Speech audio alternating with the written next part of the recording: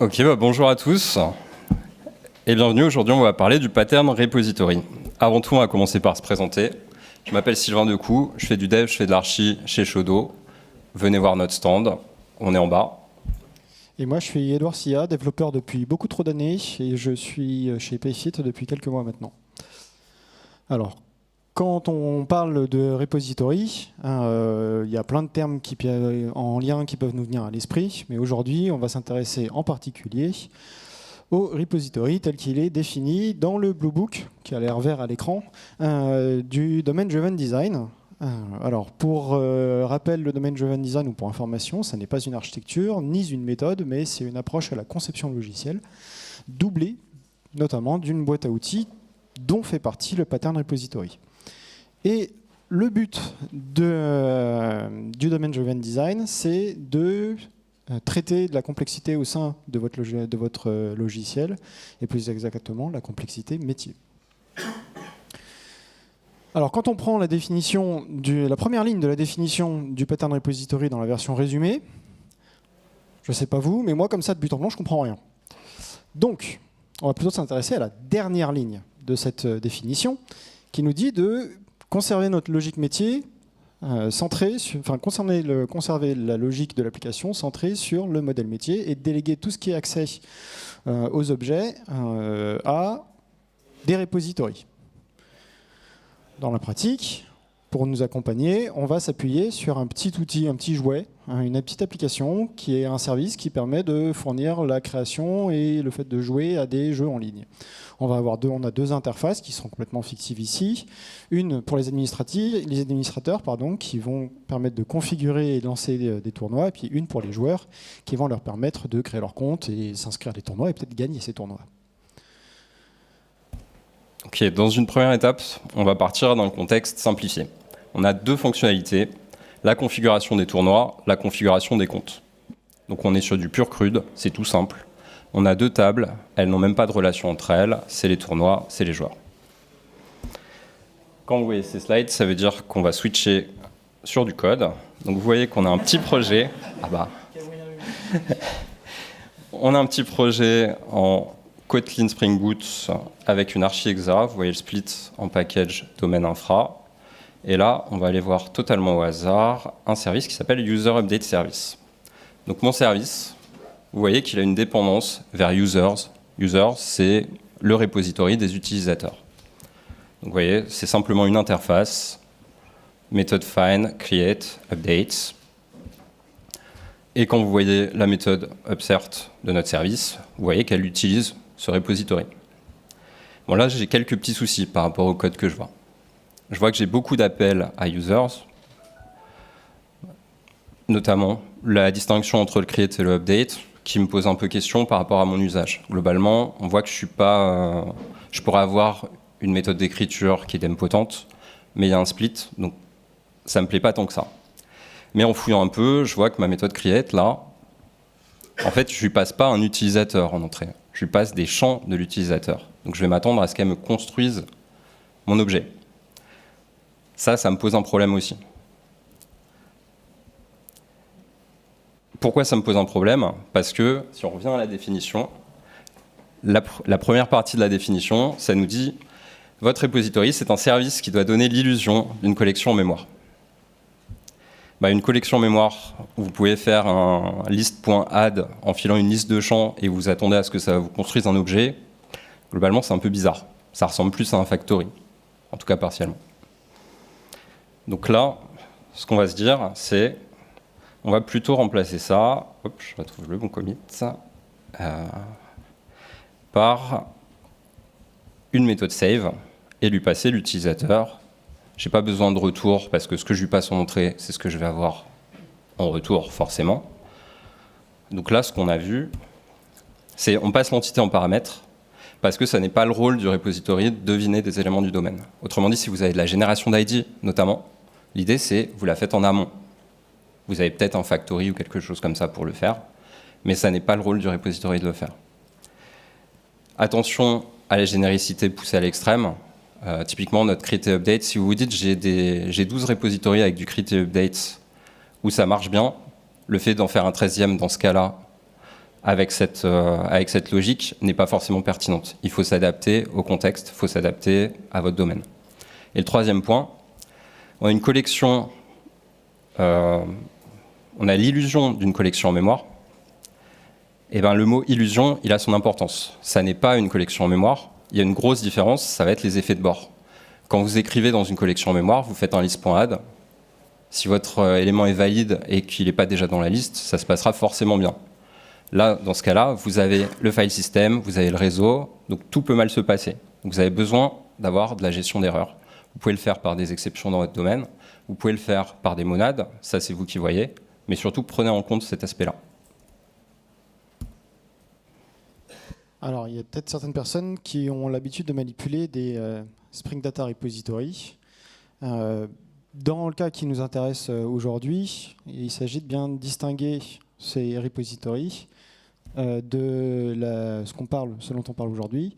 En fait, dans le cadre d'une hiérarchie hexagonale, on va chercher à se dire, OK, mon repository, il parle de mon langage métier, il parle des utilisateurs qui sont mes joueurs. Par contre, le Spring Data Repository, lui, son but, c'est de discuter avec la base de données en fournissant des accès à des entités, au sens base de données. C'est le même terme, mais il ne signifie pas exactement la même chose. Et comme le terme repository est très pratique, on a tendance à confondre les deux.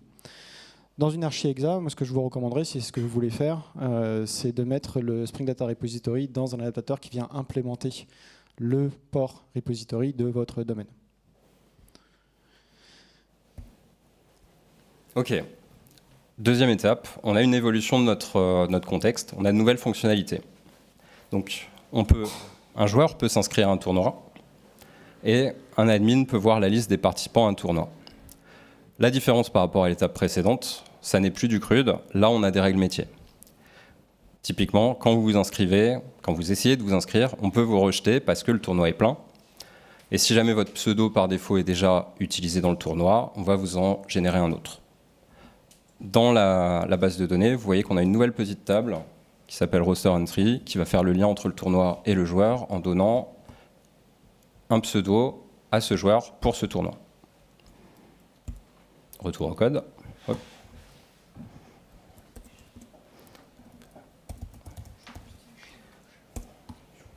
OK. Donc là, on va aller sur un service qui s'appelle Player Update Service. Vous voyez qu'il a 3 dépendances, qui sont 3 repositories. Ça correspond à ce stade à peu près à vos tables. Et vous avez une fonction add_player pour ajouter un joueur au tournoi. Donc, on charge l'utilisateur, on charge le tournoi, mais quand on va charger les entrées de Player Roster Entries, donc les participants au tournoi, là, vous voyez qu'on ne va pas uniquement récupérer celui qui nous intéresse. On doit récupérer une liste d'entrées. Pourquoi ? Parce qu'on doit faire des checks sur les doublons, sur les pseudos déjà utilisés, sur la taille du tournoi. Donc, pour appliquer nos règles métiers, dans ce cas-là, on est obligé de charger une liste. Donc, moi, ça me pose un souci, parce que cette liste-là, ça masque un concept métier. Je vais appliquer des règles sur cette liste, et je me dis, il manque peut-être une notion. Deuxième point, si j'ai des appels en concurrence de add_player,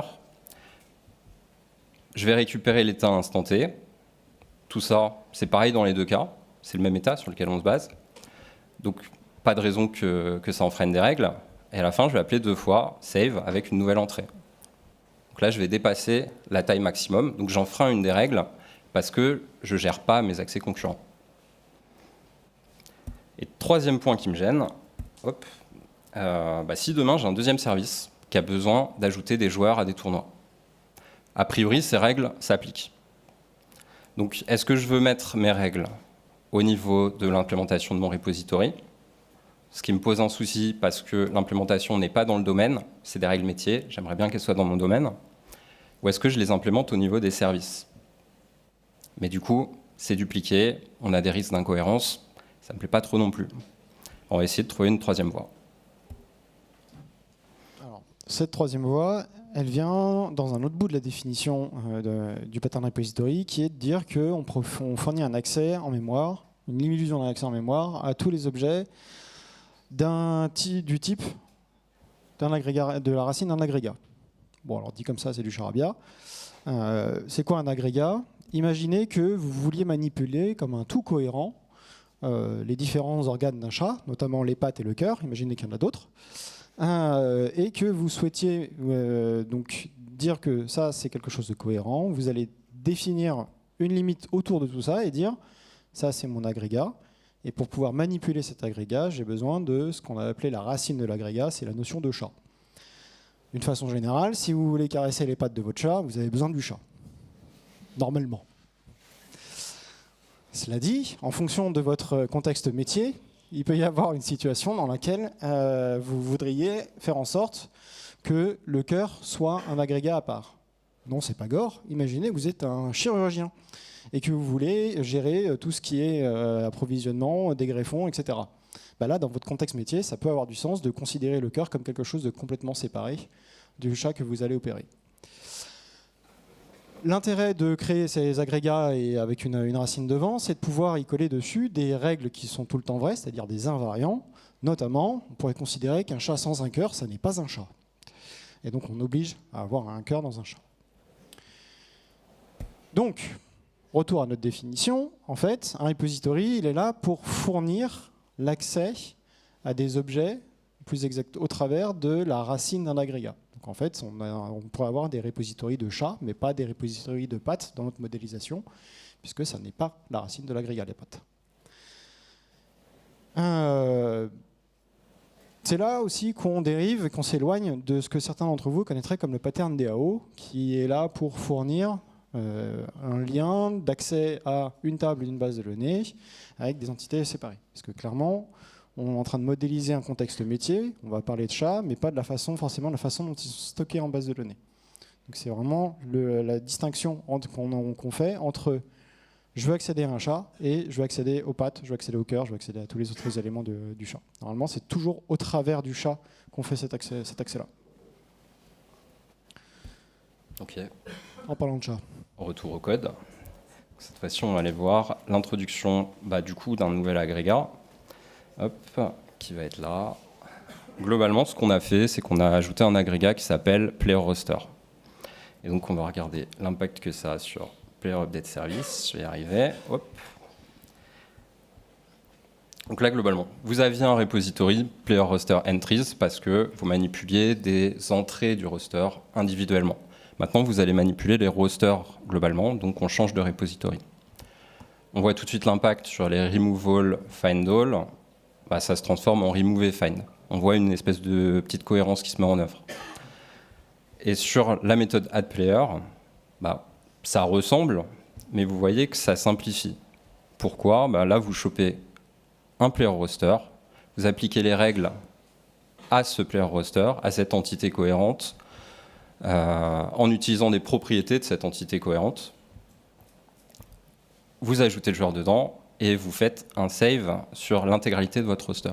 Donc là, si vous êtes dans un cas d'accès concurrent, le dernier save va écraser le précédent. Donc vous garantissez vos règles, même si vous avez peut-être envie de mettre en place des verrous pour ce genre de cas.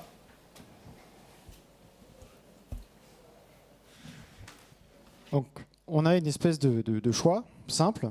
Est-ce qu'on ne veut pas utiliser d'agrégats qui étaient au risque d'avoir une dispersion de nos règles métiers, ou est-ce qu'on veut mettre en place des agrégats et donc profiter de ces éléments de cohérence instantanée puisqu'on va manipuler un roster ou un chat dans son ensemble et pas juste des bouts d'éléments de façon indépendante.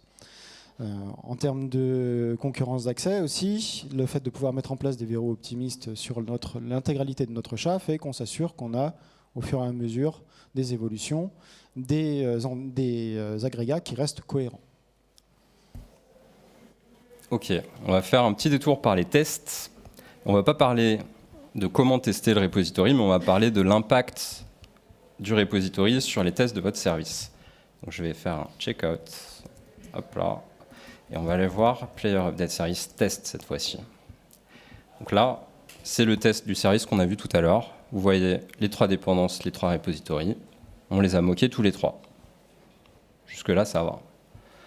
Quand je vais voir un de mes tests, on va dire celui-là par exemple, vous voyez que je moque la méthode find de users en lui passant cet ID précis pour que ça renvoie cette entité précise. Le problème des mocks, vous pourriez passer un ID qui n'a rien à voir avec le champ ID de l'objet que vous renvoyez. Donc vous pouvez très facilement avoir des comportements incohérents. Deuxième chose qui me pose souci, si je vais voir ici le reset, je vérifie que j'ai bien enlevé le roster qui a cet ID. C'est pas vraiment ce que je vérifie. En fait, ce que je vérifie, c'est que j'ai appelé cette fonction. C'est pas exactement la même chose. Pour un remove, ça va. Pour un point save, qu'est-ce qui me dit que j'ai créé un nouvel élément ou que j'ai écrasé un élément existant? A priori, rien. On va aller voir pour un troisième souci, on va aller voir un autre test. Donc là, c'est un test du parcours utilisateur. Vous avez beaucoup de services qui sont appelés parce qu'on fait le parcours de A à Z pour s'assurer qu'on est capable de le faire globalement. Donc là, vous voyez qu'à chaque étape, je vais vérifier que j'ai fait théoriquement évoluer l'état. Et donc, je suis obligé de remoquer pour correspondre à cet état. Donc globalement, c'est lourd. Là, c'est un test qui fait plusieurs appels. Si vous testez une fonction qui elle-même fait plusieurs appels, ça devient plus compliqué parce que vous êtes obligé de moquer. Vous ne pouvez pas faire les mocks entre les appels, vu que ce n'est pas dans votre test. Vous êtes obligé de moquer en disant la première fois que tu appelles le find, ça va renvoyer nul. La deuxième fois, ça va renvoyer autre chose. La troisième fois, ça va renvoyer encore autre chose. Bref, vous couplez fortement votre test à votre implémentation. Donc si vous changez votre implémentation sans changer le comportement, vous allez casser votre test et vous ne voulez pas forcément ça. Mais alors comment faire? Et comment faire alors? Dis-moi, Jamy. Il y a un point qui est important dans la définition du pattern repository, c'est fournir l'illusion d'une collection en mémoire. Alors pourquoi est-ce que dans nos tests, on ne mettrait pas en place une collection en mémoire? Ça a l'air simple, non? Qu'est-ce que tu en penses? En pratique, ça l'est. Hop. Pour un repository, dans n'importe quel langage de programmation, on a de quoi conserver des infos mémoire. Genre une map ici en Kotlin, mais c'est applicable dans n'importe quel langage de programmation. Et puis on peut le faire pour chacun de nos différents agrégats, avoir une doublure de test qui se comporte comme un vrai repository, parce que quand on va chercher des choses dedans, on les trouve quand elles existent, etc. Et il y a un intérêt dans les tests qui paraît mineur au premier abord, parce qu'en gros, on remplace des every find returns par des save. Donc, grosso modo, on fait du given exists. Et on remplace des verify save par des find. Bon, jusque-là, il n'y a rien de transcendant. Si ce n'est la tranquillité d'esprit de se dire qu'on a quelque chose qui fonctionne. Mais là où ça prend tout son sens, c'est sur des tests qui sont un peu plus complexes, qui vont nécessiter de passer au travers de plusieurs étapes, où là, d'un seul coup, on n'a plus besoin de s'embêter avec toutes ces histoires de mocks successifs. Alors, on a un repository qui fonctionne, et la seule chose qu'on a à faire, c'est de s'assurer qu'il est bien vide au début de notre test. Ok, donc là, globalement, ce qu'on a vu, c'est quand vous avez des tests de services qui ont des dépendances, vous avez toujours ce choix entre mettre en place des mocks, mettre en place des fakes, donc des implémentations que vous faites spécifiquement pour vos tests. Les mocks, ils ont toujours l'intérêt d'être mis en place de manière très facile, très rapide. Mais de l'autre côté, vos fakes, ça vous donne des tests globalement moins verbeux, et surtout, ça vous donne un comportement cohérent, donc fiable, testable, réutilisable. Donc globalement, les fakes, vous les utilisez plutôt dans le cas d'interfaces réutilisées ou avec des interactions complexes. Mais dans le cas précis des repositories, en fait, vous aurez toujours l'avantage que la mise en place d'un fake, c'est très facile, parce que votre interface, elle est faite pour représenter une collection en mémoire. Donc faire une vraie collection en mémoire avec, c'est très facile. Donc vous n'avez plus aucun avantage à faire de mock dans ce cas précis pour les repositories. Et donc on vous laisse en tirer les conclusions. Imaginons une petite évolution à notre système, vraiment minime, parce qu'on a déjà tout l'endpoint nécessaire pour aller lister les participants à mon tournoi. Mais maintenant, en plus, je veux voir ressortir l'âge et la ville de chacun des participants. J'ai déjà toutes les données en base de données, puisque à chaque joueur est associé sa date de naissance et sa ville. Donc le PM est en train de me souffler dans l'oreille, c'est facile, fais-le. Mais en fait, Bah, j'ai besoin d'informations qui proviennent de plusieurs repositories distincts, donc de plusieurs agrégats distincts. Et normalement, on n'est pas trop censé aller piocher des choses à gauche, à droite. Donc j'ai plusieurs possibilités pour résoudre ce problème-là. J'en ai une qui va être d'essayer de faire une référence, c'est-à-dire dire bah, tant pis, je vais prendre tous mes rosters qui vont m'intéresser, je vais aller les parcourir. Pour chaque utilisateur, entrée de mon roster, je vais aller trouver l'utilisateur et récupérer les données d'âge et de ville pour pouvoir les ressortir en même temps que le reste. Vous vous imaginez que ça fait beaucoup d'allers-retours avec la base de données, que ça peut être pas ouf en termes de performance. Donc on pourrait se dire, bah, je vais faire une copie instantanée. Je vais me dire que tant pis, je vais dupliquer l'information au moment de l'enregistrement d'un joueur à un tournoi et dire, je vais lui ajouter l'âge et la ville dans mes données. Au prix de ne pas avoir de cohérence si jamais le joueur en question change de ville ou décide qu'il a changé d'âge. Et puis il y a une troisième possibilité qui grosso modo consiste à faire une copie instantanée plus une mécanique qui va chercher à dire bon, bah, chaque fois qu'un joueur va vouloir changer de ville ou d'âge, je vais devoir retrouver tous les tournois auxquels il a participé pour pouvoir aller mettre à jour l'âge et la ville en conséquence. Généralement on n'a pas envie de le faire. Des fois, c'est la bonne solution. Ok, du coup, comment choisir parmi ces trois solutions? On va aller demander à notre gentil PM. Combien de temps dure un tournoi? Bon, c'est de l'ordre de la semaine, mais des fois, c'est un peu plus court. Ok, donc là, la vraie question, si j'ai un joueur qui modifie sa ville ou sa date de naissance pendant cette semaine de tournoi, est-ce que le fait que je continue à afficher l'ancienne date ou l'ancienne ville, c'est un problème? Alors oui, parce qu'en fait, il faut qu'on puisse sortir les infos en cas de réquisition judiciaire. Il faut que les infos soient à jour. Voilà. Alors, ça ne nous arrange pas, évidemment. Globalement, ce qu'il vient de nous dire, ça exclut une des trois solutions. La copie instantanée, c'est pas pertinent, on l'exclut. Donc là, dans notre scénario, ce qu'on va se dire, c'est qu'on fait des tests avec la solution de l'utilisation de la donnée de référence. On constate qu'au niveau performance, ça passe, et donc on reste là-dessus. Imaginons maintenant une toute petite autre évolution qui va consister à se dire en fait, l'âge, c'est pas juste une information d'affichage, on va s'en servir pour interdire l'accès à des tournois à des mineurs. Et donc d'un seul coup, on se retrouve dans la situation où une info qu'on n'a pas sous la main devient nécessaire pour mettre en place une règle métier. On va retourner voir le gentil PM en lui demandant est-ce que ce serait OK de ne vérifier l'âge d'un joueur qu'au moment de son inscription? Oui, c'est juste pour être raccord avec la loi sur les jeux réservés aux adultes. Ok, il n'a pas compris. Donc on va être plus clair. Là, ça veut dire qu'on a un majeur, quelqu'un qui s'inscrit en tant que majeur, et pendant le tournoi, il change sa date de naissance et il devient mineur. Donc les gens vont voir dans un tournoi interdit aux mineurs, des gens qui sont mineurs. Ah, ouais, pas grave. De toute façon, comme c'est purement déclaratif, les gens mettent bien ce qu'ils veulent. Hein. Là, ce qu'il vient de nous dire, ça veut dire cette règle, pas de mineurs dans un tournoi interdit aux mineurs, c'est pas une règle qui est valable à tout instant. Donc ça n'est pas un invariant et ça n'est pas quelque chose qui doit se faire au niveau de l'agrégat.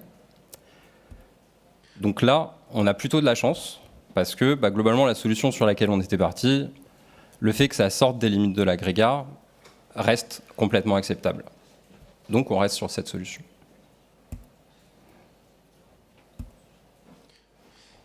Encore une dernière évolution, où il y en a peut-être une encore après, mais on va se dire que maintenant, quand on veut envoyer une alerte à un service tiers, quand il y a un mineur qui tente de s'inscrire à un tournoi qui lui est interdit. J'ai mis ça en place dans le code. Tu me dis ce que tu en penses. Hop, bouge pas.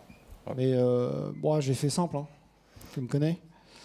On avait des repositories pour les joueurs, on avait des repositories pour les tournois, on avait des repositories pour les rosters.